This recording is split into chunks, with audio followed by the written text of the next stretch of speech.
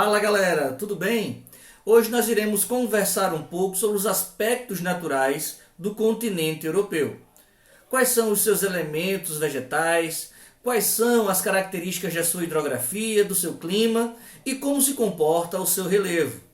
Eu espero que a aula ela seja bem dinâmica, que vocês possam entender o suficiente, mas se acontecer alguma dúvida, coloca lá nos comentários ou então envia uma mensagem e na medida do possível eu vou estar respondendo a todos. Um forte abraço e boa aula a todos.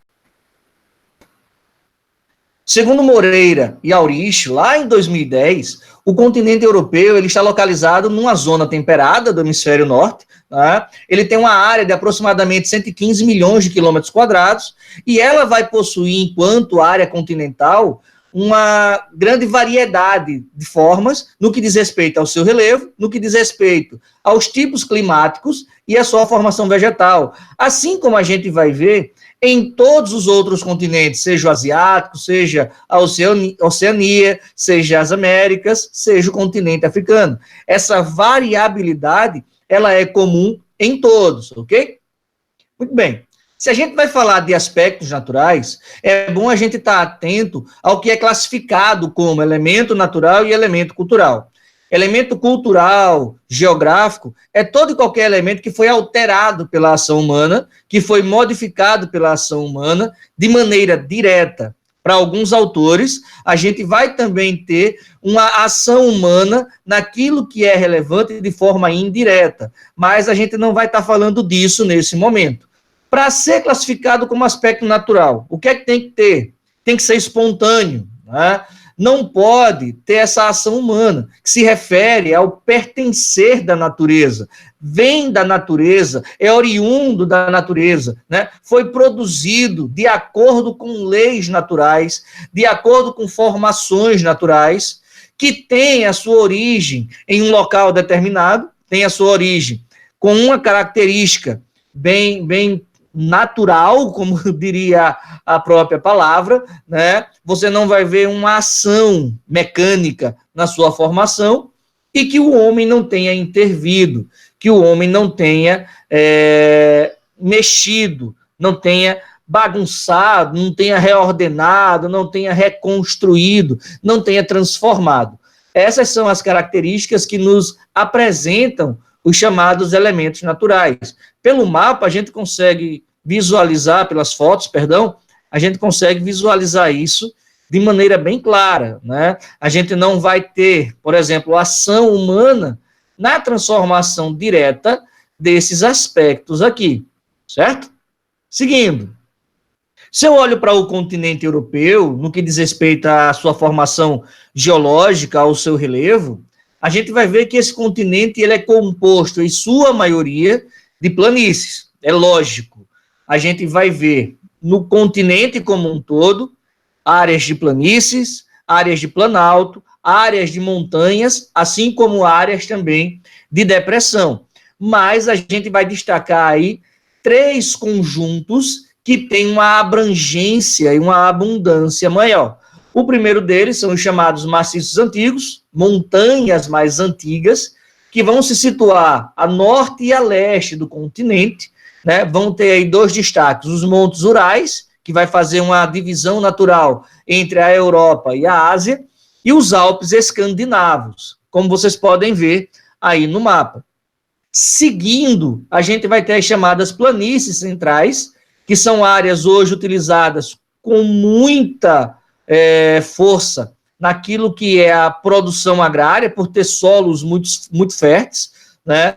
A produção e o plantio dessas áreas, elas são contínuas, por isso mesmo, a gente vai ter uma área que foi muito modificada, que foi muito alterada pela ação humana, que está lá no centro, como o próprio nome diz, no centro do continente europeu, e as cordilheiras recentes, que são montanhas mais jovens, são montanhas bem mais recentes, geologicamente falando, que têm uma altitude elevada, que ainda estão em processo de crescimento, e a gente vai destacar aí os Cárpatos, os Pirineus, os Apeninos, os Balcãs e a cadeia do Cáucaso, como vocês conseguem visualizar aí muito bem no mapa.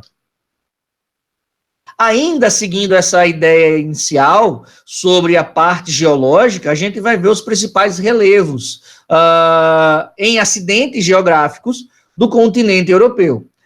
Vamos destacar logo de cara aí a ideia de península. A própria Europa, ela é uma península. Ela é uma península do continente asiático. Ela é um traço, é um braço do continente asiático. O conceito de península diz e faz referência a toda e qualquer porção de terra cercada de água por quase todos os lados, deixando um pedaço que tem contato com o continente ou com uma porção maior de terra. Esse traço em península é muito comum em todo o continente europeu, destacando-se aí a Escandinava, né, a Península da Escandinava, a Península da Jutlândia, a Península Ibérica, a Península Itálica e a Península Balcânica. São as principais áreas de penínsulas que nós iremos encontrar no continente europeu. Em seguida, a gente vai estar falando sobre estreitos. Como o próprio nome diz, são áreas muito breves, muito curtas, que vão estar ligando, ou separando, melhor dizendo, dois espaços, dois países, dois territórios, dois continentes, duas áreas, né, de maneira natural. O primeiro deles é o espaço de Gibraltar, né, o Estreito de Gibraltar, que vai estar ligando aí a Espanha ao Marrocos, ou vai separar a Espanha do Marrocos, melhor dizendo. Depois o Estreito de Bósforo e Dardanelos, nós temos Dardanelos aqui embaixo, tá? E Bósforo acima. Ele separa aquilo que seria a parte europeia da parte asiática da Turquia, e, por fim, o mais conhecido dos estreitos europeus, o Canal da Mancha, tá? Arrumadinho, bonitinho aqui, que vai estar separando a Grã-Bretanha da França.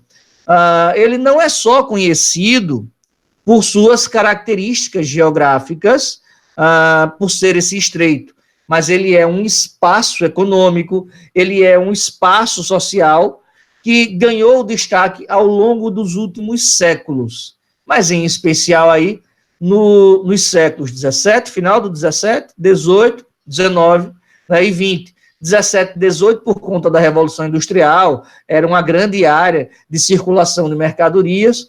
O século 20, pela necessidade de algumas pessoas, de algumas celebridades, de atravessarem o Canal da Mancha, e se tornou algo comum e algo corriqueiro, se é que a gente pode falar desse jeito em relação a esse canal. No que tange às características vegetais e climáticas da Europa, a gente vai dividir essas características em algumas etapas, para ficar mais fácil o entendimento, para ficar mais fácil a divisão. A primeira delas é a divisão colocando a Europa na parte mais ao norte. A gente coloca a análise da sua vegetação, do seu clima, na parte mais norte do continente. Dessa forma, quando a gente olha a parte mais norte do continente, nós iremos observar dois domínios vegetais, o domínio da tundra e o domínio da taiga, que são semelhantes, né, mas que têm elementos distintos que vão caracterizar elas muito bem. O domínio da tundra vai se caracterizar por ser uma vegetação rasteira, que suporta temperaturas extremamente baixas. O domínio da taiga, por sua vez, ela vai se encontrar em terrenos abaixo do terreno da tundra, né, onde vão se desenvolver vegetações também rasteiras, assim como a tundra, mas vegetações silvestres, arbóreas. O clima encontrado no domínio da tundra é o clima polar, com planície subpolar de montanha. Já o clima da vegetação de taiga é o clima frio, né? Ele não tem a mesma intensidade de temperatura baixa como a gente vai encontrar no domínio da taiga, no domínio da tundra. Ele é menos frio, tá? Ele é menos intenso que a tundra, e vai ser ali observado a oeste, né? E essa temperatura fria, ela vai ter uma influência significativa do oceano, uma influência marítima, tá? A tundra ela é classificada como o bioma mais frio e mais inóspito do planeta Terra. Ela vai ter uma vegetação esparsa e, em grande parte, rasteira. Né? É encontrada lá no hemisfério norte, na região do Círculo Polar Ártico, e vai abranger a Rússia, que é um país tanto europeu como asiático, a Groenlândia, que faz parte da Dinamarca, a Noruega, a Finlândia e a Suécia. Existem 2 tipos de tundras, tá? E essa divisão em tipos, ela respeita a ideia de localização, respeita o tipo de relevo e respeita até características da vegetação. Então, a gente vai ter a chamada tundra do Ártico e a gente vai ter a chamada tundra alpina.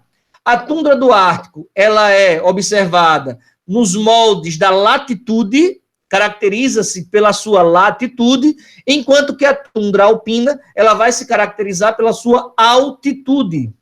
Ela é encontrada, no que diz respeito à tundra ártica, ela é encontrada nas regiões mais frias do Ártico, próximas ao polo. Já a tundra alpina, ela vai ser encontrada em áreas de clima mais ameno, né? Ela vai estar próximo ou nas montanhas chamadas Alpes, os Alpes da Cordilheira Europeia. Ela é destituída de árvores, ela não possui árvores devido aos fortes ventos por onde essa tundra ela vai sendo formada, por isso a ideia de vegetação rasteira também, né? E esses ventos, eles não permitem formações vegetais no nascer do broto, antes de vir a se transformar árvores em si. Ela vai sendo arrastada, caso ela tenha a possibilidade de crescimento. Ela não vai crescer justamente porque os ventos vão estar levando ela com mais força, com mais intensidade. A taiga ela vai ser chamada também de floresta de coníferas ou floresta boreal. Ela representa uma vegetação típica de altas altitudes, é encontrada no hemisfério norte do globo, mas ela fica ali entre a tundra e a floresta temperada. Ela seria uma vegetação de transição entre essas 2 vegetações. Ela surge nas regiões setentrionais, né, em várias partes do globo, América do Norte, Europa e Ásia. Se a gente olha para a Ásia, a gente vai ver o destaque do Japão e da parte russa da Ásia. Se a gente olha para a América do Norte, a gente vai ver o Canadá e o Alasca. E se a gente volta os nossos olhos para a Europa, que é o nosso objeto de estudo agora, a gente vai ver a taiga na Groenlândia, na Finlândia, na Noruega, na Suécia e na Sibéria. A taiga ela vem sofrendo nos últimos tempos com um desmatamento muito grande, a retirada da madeira, a extração da madeira, para que ela possa ser explorada e usada pela indústria. Esse desmatamento, ele é prejudicial porque a gente vai ter perdas vegetais e a gente vai ter perdas animais em grande quantidade, né? É bom recordar que a taiga, ela é típica das zonas temperadas, né, as faixas temperadas do globo. Ela está localizada ali nas regiões de clima subpolar, subártico, né, como queiram, muito frios, de temperaturas baixas, né, e ao mesmo tempo seco, ela não tem uma umidade grande. Então a gente vai ter aí uma amplitude térmica que ela é enorme, com uma variabilidade entre frio e quente significativos. Você pode sair de menos 50 graus no inverno para 20 graus no verão. Essa desproporcionalidade, essa amplitude térmica é uma característica bem interessante da floresta de taiga, né, ou conífera, ou boreal, como queiram, né? Tanto ela, taiga, quanto a tundra, elas, como eu já falei, são vegetações semelhantes, tá?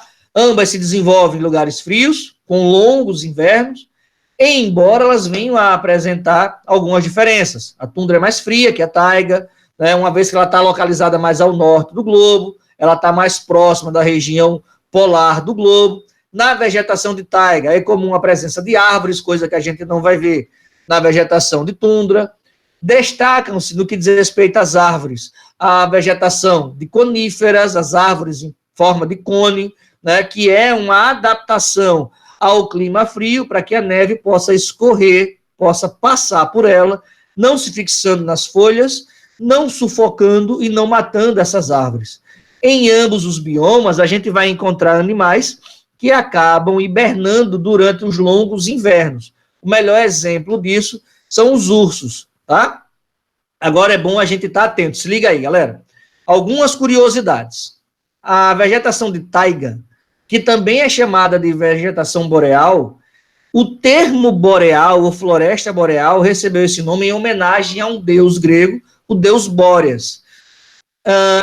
No que diz respeito à tundra, a gente vai ter aí dois conceitos de nome. O primeiro deles é finlandês, vai significar planície sem árvore, que é uma questão lógica. Vocês têm uma imagem aí bacana que vai estar mostrando isso. A gente não consegue visualizar na imagem árvore nenhuma, né?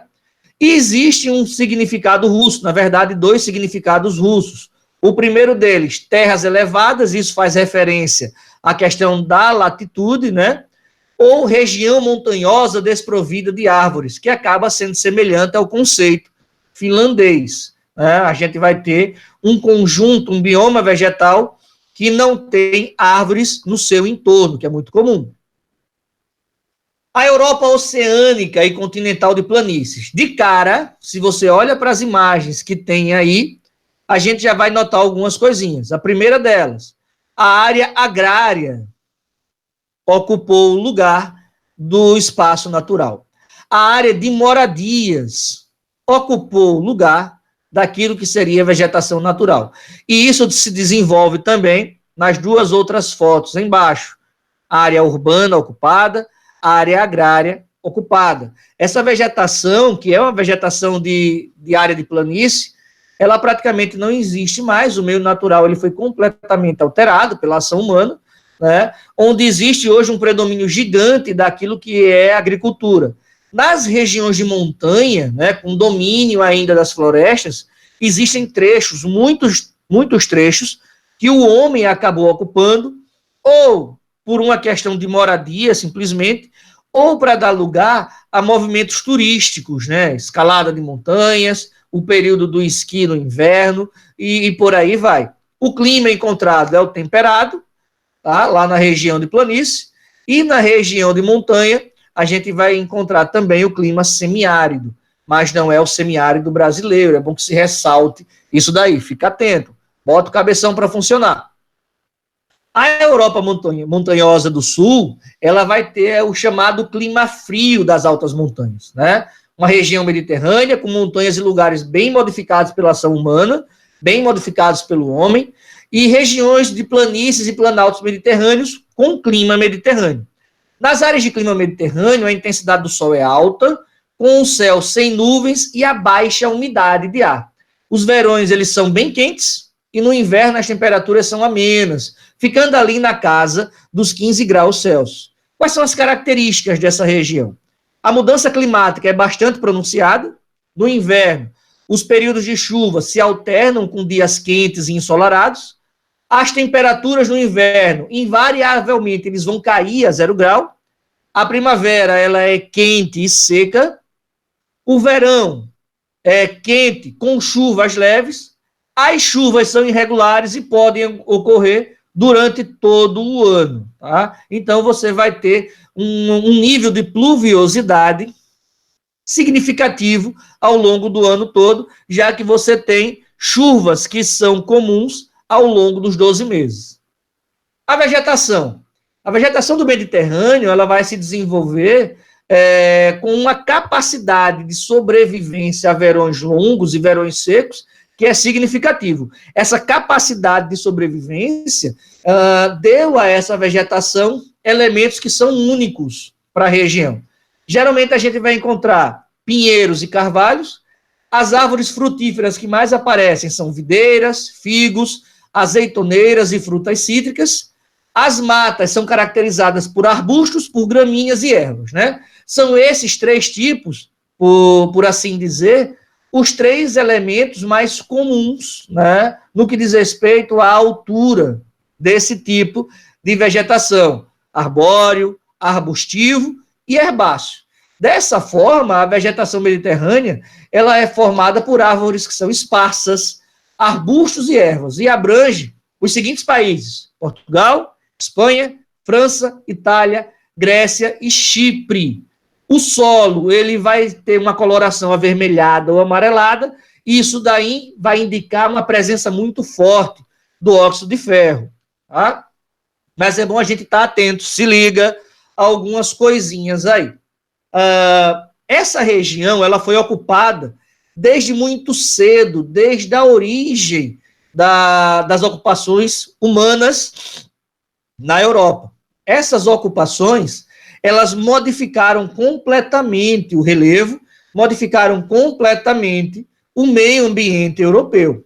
Então, essa modificação, essa retirada das florestas, acabou transformando também todo o aspecto natural, dando lugar para as cidades. Eu vou destacar 3 para vocês aí, tá? A primeira delas são as ruínas do Partenon, 3 áreas bacanas que a gente pode entender, né? A ruína do Partenon lá em Atenas, na Grécia. A segunda, Istambul, na Turquia. E a terceira, Lisboa, em Portugal. Olhando para essas imagens, a gente consegue visualizar uma ocupação territorial pela população humana gigantesca. Imaginem que essas áreas, no passado, eram áreas repletas de vegetação, de árvores, né? E essas árvores deram lugar, essa vegetação deu lugar posteriormente para essas grandes áreas urbanas, para essas grandes cidades, tá? Saindo das características do relevo, passando pelo clima e pela vegetação, a gente vai chegando na ideia da hidrografia. É bom recordar que a população humana, ela constrói a sua história às margens dos rios. E não seria diferente no que diz respeito à hidrografia dos rios europeus. É uma hidrografia riquíssima, muito bonita, uma hidrografia muito usada para transporte, escoamento de mercadorias, para transporte e escoamento de pessoas que trabalham em países diferentes e que estão indo e vindo diariamente, né? É um processo de integração, os rios desenvolvem esse processo de integração contínuo e diário na Europa, e existe um incentivo comercial caminhando pelos rios, que é muito importante. A gente vai elencar aqui alguns rios que são, na concepção para esta aula, os mais importantes. Não significa dizer que são todos os rios europeus. É bom você estar atento a esse mapa. Esse mapa tem aí todos os rios de grande destaque europeu, mas nós não iremos falar de todos eles, tá? Vamos começar. O primeiro, Rio Reno, é um dos rios mais importantes, né, no que diz respeito à sua economia. Ele passa por áreas de intensa industrialização na Europa. Ele nasce lá nos Alpes suíços, em Liechtenstein, e ele vai seguir até a França e a Alemanha. O seu curso final é lá nos Países Baixos, ali na Holanda, e o seu porto, que é o porto de Roterdã, localizado nas imediações, ele acaba sendo um principal porto de transporte dessa mercadoria, né? Essa mercadoria que é industrial, essa mercadoria que é comercial e que vai percorrer não só o continente europeu, como os demais continentes que fazem negócio com a Europa. O Rio Danúbio, ele percorre 8 países europeus, ele é muito importante para a ideia de integração do leste europeu. Vão se destacar aí a Alemanha, a Áustria, a Eslováquia, a Hungria, a Croácia, a Iugoslávia, a Bulgária e a Romênia, né? Esse rio, ele tem importância de união econômica, união social, união cultural, volto a repetir, destacando-se aí o leste europeu. O rio Volga, ele é localizado na Rússia e ele é o maior rio do continente europeu.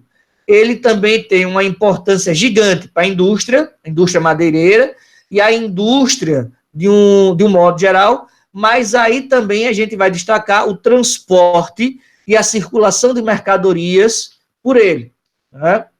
Esses 3 rios iniciais, o Reno, o Danúbio e o Volga, eles tiveram sérios problemas e ainda têm sérios problemas no que diz respeito à preservação ambiental. Por quê? As populações nas margens desses rios, atrelado à industrialização desenfreada, acabaram contaminando esses rios. E aí não existe uma indústria tecnologicamente adaptada, adequada, para responder na manutenção e purificação desse rio. Atrela-se a isso ainda um outro problema. A população, às margens, ela consegue poluir de forma significativa o rio, o que é terrível. A poluição do Reno, ela vem gerando uma série de pressões, em particular, né, entre os três rios, tanto da sociedade civil, aquela que é mais voltada para a preservação do meio, aquela que é mais consciente, como também de grupos ecológicos, porque eles começaram a observar que o rio, biologicamente, ele começou a morrer. E isso vai trazer danos terríveis para o país, danos que podem perdurar durante muito tempo, né, para os países, e as políticas públicas, elas começaram a sofrer um processo de ação contínua da sociedade civil e dos grupos ecológicos, né? É bom ressaltar que poluições que vêm, por exemplo, dos mares do norte, mar Báltico, né, do mar Mediterrâneo, eles podem prejudicar também e podem contaminar o rio Reno. Atrela-se a isso ainda as indústrias e a poluição doméstica. Imaginem a quantidade de situações externas que juntas acabam trazendo uma série de prejuízos ao rio Reno. O rio Tamisa, ele entra aqui na história não como um dos rios mais importantes, não como um dos rios mais caudalosos do mundo. Ele tem uma importância histórica, porque ele é utilizado desde períodos antigos, romanos antigos, né? Ele é o principal rio da Inglaterra, ele tem uma história civilizatória à sua margem que se destaca, e ele vai ter o seu nascimento lá no centro da Inglaterra, nas áreas dos montes. Ele tem um crescimento, ele tem uma extensão de 338 quilômetros, que vem de oeste para leste, e ele vai passar pela cidade de Oxford, ele percorre uma grande área de campos até chegar à cidade de Londres. Entre os marcos que esse rio percorre, galera, a gente vai destacar aí o Parlamento, a Catedral de São Paulo, a Torre de Londres, o Domo do Milênio, né, em Londres. Depois que ele percorre tudo isso, depois que ele faz todos os seus 338 quilômetros de caminho, ele vai desaguar lá no Mar do Norte. O rio Sena, ele é um rio de Paris. A cidade de Paris é proprietária dos 776 quilômetros do rio Sena desde 1864. Ele tem algumas coisinhas que são interessantes, né? Foram nas margens do rio Sena que as cinzas de Joana d'Arc foram lançadas. Ele sediou as provas olímpicas de 1900 de natação, remo e polo aquático, e desde 2002 ele cedia um evento chamado Paris Plage, onde os turistas invadem as suas margens, né? Essas margens são pavimentadas, receberam instalações para que se possa ter lazer, e esse lazer dedicado aos banhistas. Além disso, a gente vai ter ainda uma circulação de barcos, né, no Rio Sena, num modelo chamado de barcos moscas, onde você vai ter jantares, você vai ter festas, tá? Então a circulação turística desses barcos no rio, ela é muito grande. Mas tudo isso só existe hoje porque na década de 1960, lá do século passado, os cientistas notaram que o rio Sena ele estava praticamente biologicamente morto. Eles notaram que das 32 espécies de peixes que existiam na região, apenas 3 estavam sendo catalogadas, estavam sendo encontradas. As 3 espécies mais resistentes, mais fortes à poluição. Então, a partir daí, lá na década de 60, eles começaram, nas décadas anteriores, um processo que vai envolver educação, formação acadêmica, preocupação com o meio ambiente, gastos gigantes em milhões de dólares em investimento de infraestrutura, em especial as chamadas áreas de estação de depuração, que é onde a gente vai ter a limpeza ou a redução de resíduos que são lançados no rio, né? E essa recuperação, ela se torna progressiva, certo? A recuperação desse ecossistema não acontece do dia para a noite.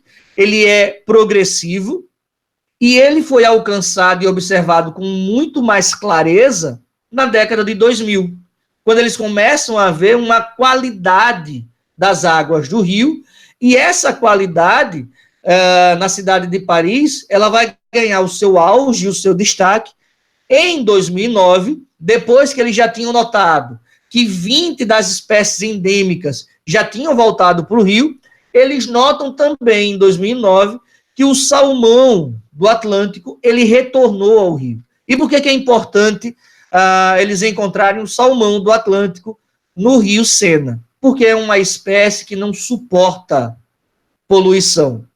É uma espécie que vai dar para a gente, por exemplo, uma observação de como está o nível de poluição. Por quê? Ou esse animal ele vai morrer devido à grande quantidade de poluentes, ou ele vai fugir. Com o retorno do salmão, a gente vai ter a certeza de que o rio ele deixou de ter essa característica de poluição como marca registrada, e os esforços que se iniciaram lá em 1960, esses esforços começaram verdadeiramente a dar resultado. O rio Ródano, ele possui 812 quilômetros, né? Ele vai nascer na Suíça e termina na França.